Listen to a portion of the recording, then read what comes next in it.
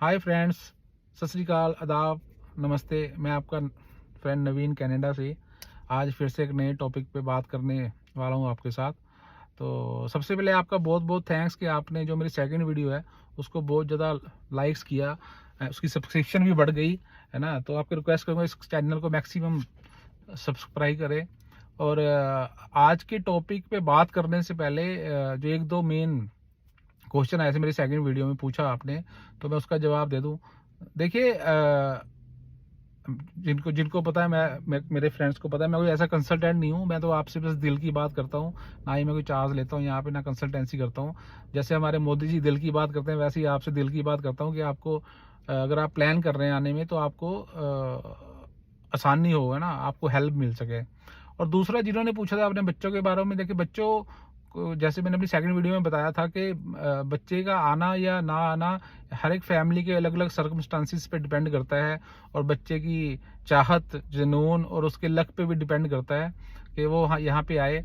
एक बात मैं आपको ये जरूर शेयर करना चाहता हूँ कि जो अगर बच्चा आपका यहाँ पे आता है और 2 साल बाद जो उसमें चेंजेस आएंगी और जो उसमें मेच्योरिटी लेवल आएगा, वो वहाँ पे हमारे साथ रह के, वो 5-7 साल 10 साल के बाद आता है बच्चों में मेच्योरिटी लेवल, जो यहाँ पे 2 साल या 3 साल के बीच में बच्चे के पास इतना मेच्योरिटी लेवल आ जाता है। तो आप पेरेंट्स भी कहीं हैरान हो जाते हो कि यार, ये मेरा वही बच्चा है जो हमारे साथ ऐसा था और वहाँ पे इतना मेच्योर हो गया।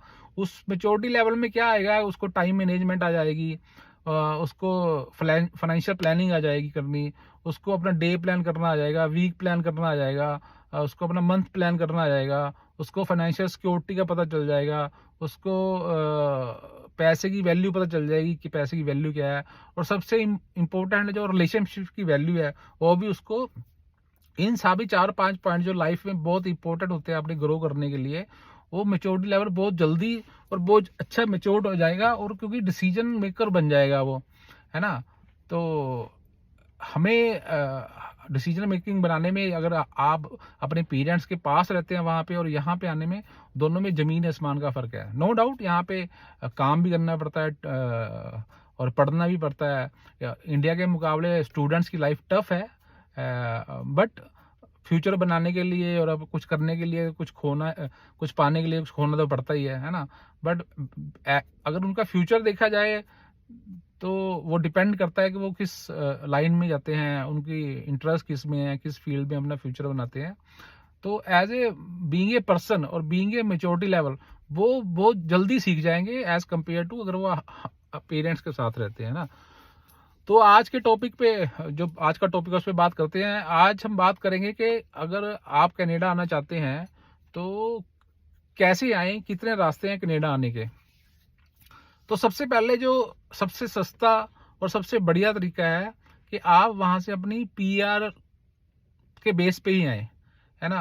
अगर आपकी एज 35 साल या 40 साल से कम है, और अगर आप 2-3 साल हो गए आपको कोई जॉब करते हुए, है ना, तो आप, अगर आपकी ग्रेजुएशन में 60% से ज़्यादा नंबर हैं, तो आप कनाडा की साइट पे जाइए गूगल में, वहाँ पे चेक कीजिए, वहाँ पे पॉइंट्स होते हैं कि आपको पता चल जाएगा कि आप एलिजिबल हो कि नहीं एलिजिबल। और आप वहाँ से फाइल लगाइए, और ज़्यादा पैसे भी नहीं लगेंगे, और आपकी 2 या 2.5 साल में आपकी फाइल की अप्रूवल हो जाएगी, आप पीआर हो जाएंगे। तो ये सबसे बढ़िया और सबसे तरीका अच्छा और सस्ता तरीका है यहाँ पे आने का, कि आप एज ए पीआर ही आए। तो आपको कोई आने यहाँ पे जो और तरीकों से और रास्तों से आओगे आप यहाँ पे, तो वो दिक्कतें नहीं आएगी अगर आप यहाँ पे सीधा पीआर होके आएंगे, है ना। नो डाउट आपको 2-3 साल लग जाएंगे वो पीआर अप्रूव जो प्रोसेस है, बट अगर किसी और रास्ते से भी आओगे और तरीके से भी आओगे, तब भी आपको इतना टाइम तो लगेगा यहाँ पे पीआर होने के लिए। तो सबसे बढ़िया तरीका है कि आप अगर एलिजिबल हो तो एज ए पीआर ही आए, है ना। एक तो हो गया पीआर, दूसरा है टूरिस्ट वीजा। जो टूरिस्ट वीजा है वो 10 साल के लिए लगता है। वो 10 साल में आप 6 महीने के लिए यहाँ पे रह सकते हो, फिर आपको वापस जाना पड़ेगा। वो मल्टीपल टूरिस्ट वीजा होता है, फिर आपको 6 महीने के लिए आप आ सकते हो। बट टूरिस्ट वीजा पे आप यहाँ पे काम नहीं कर सकते। अगर आपने कनाडा में कहीं पे भी, पूरे कनाडा में काम करना है, तो आपके पास वो एक सिन नंबर चाहिए। सिन नंबर बोलते हैं सोशल इंश्योरेंस नंबर, जैसे हमारे इंडिया में पैन नंबर होता है या आधार नंबर होता है। तो यहाँ पे सिन नंबर जरूरी है काम करने के लिए। वो सिन नंबर किसको मिलता है? अगर आपके पास स्टडी परमिट है, या आपके पास वर्क परमिट है, अगर या आप पीआर हो, तब आपको सिन मिलता है। टूरिस्ट वीजा पे आपको सिन नहीं मिल सकता, और टूरिस्ट वीजा पे आप काम भी नहीं कर सकते, क्योंकि एज ए टूरिस्ट वीजा आप सिर्फ घूमने आए हैं। और हो सकता है कि किसी का कोई रिलेशन में हो, यहाँ पे काम उसको कैश में दे दे, बट वो इलीगल है। कल को अगर पता चल जाए तो आपको डिपोर्ट कर देंगे, है ना, वो दिक्कत हो जाएगी। तो टूरिस्ट वीजा कैसे मिलेगा? अगर आपका कोई फैमिली मेंबर यहाँ पे है, या आपका कोई फ्रेंड सर्कल में यहाँ पे है, अगर वो आपको स्पॉन्सर कर दे, तो आपका बड़े आराम से टूरिस्ट वीजा लग सकता है।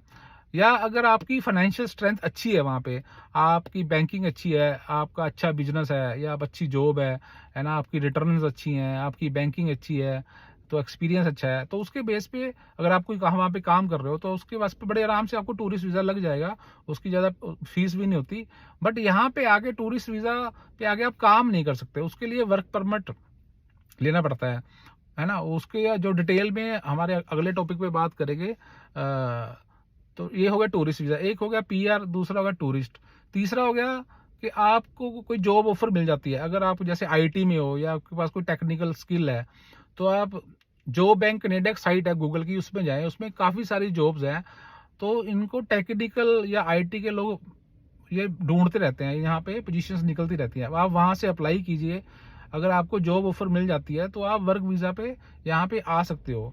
एक वर्क वीज़ा अगर आपको यहाँ से कोई कंपनी ऑफर करती है ना, सीधा आप आ जाते हो, और उसके बाद आप 2-3 साल में यहाँ पे पीआर ले सकते हो। या यहाँ पे आप अपने कंसल्टेंट से बात कर लीजिए, आप वर्क परमिट ले सकते हैं किसी भी, जैसे यहाँ पे जैसे भी मैं एक स्टोर के सामने खड़ा हूँ, जैसे यहाँ पे गैस स्टेशन है, जैसे पेट्रोल पंप बोलते हैं, यहाँ पे गैस स्टेशन होते हैं, या पिज़्ज़ा स्टोर्स होते हैं, है ना, काफ़ी स्टोर्स हैं। वो अपनी एलएमआई के बेस पे आपको बुला सकते हैं यहाँ पे।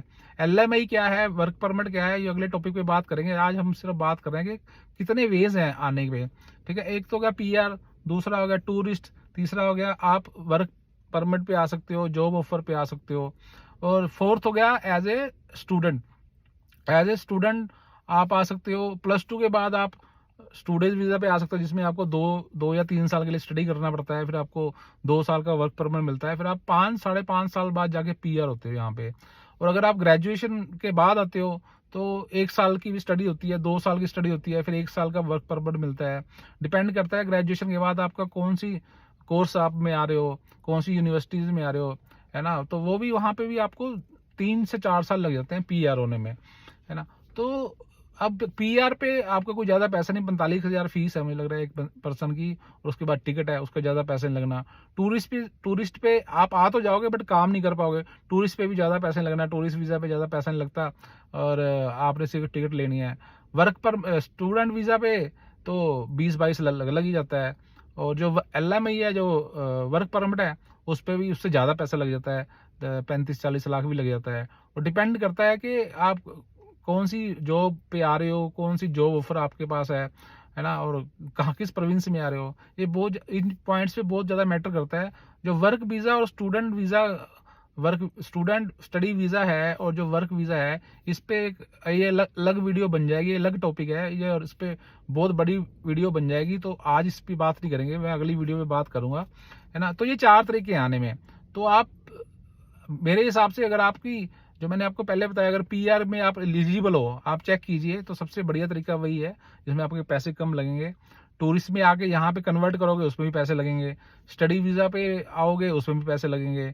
वर्क वीज़ा पे आओगे, उस पर भी पैसे लगेंगे। वो कितने लगेंगे, किस वीज़ा पे आना चाहिए, किस वीज़ा पे नहीं आना चाहिए, वो अगली वीडियो में बात करेंगे। पर ये जो मेन चार रास्ते हैं कनाडा में आने के, तो आपको जो सही लगता है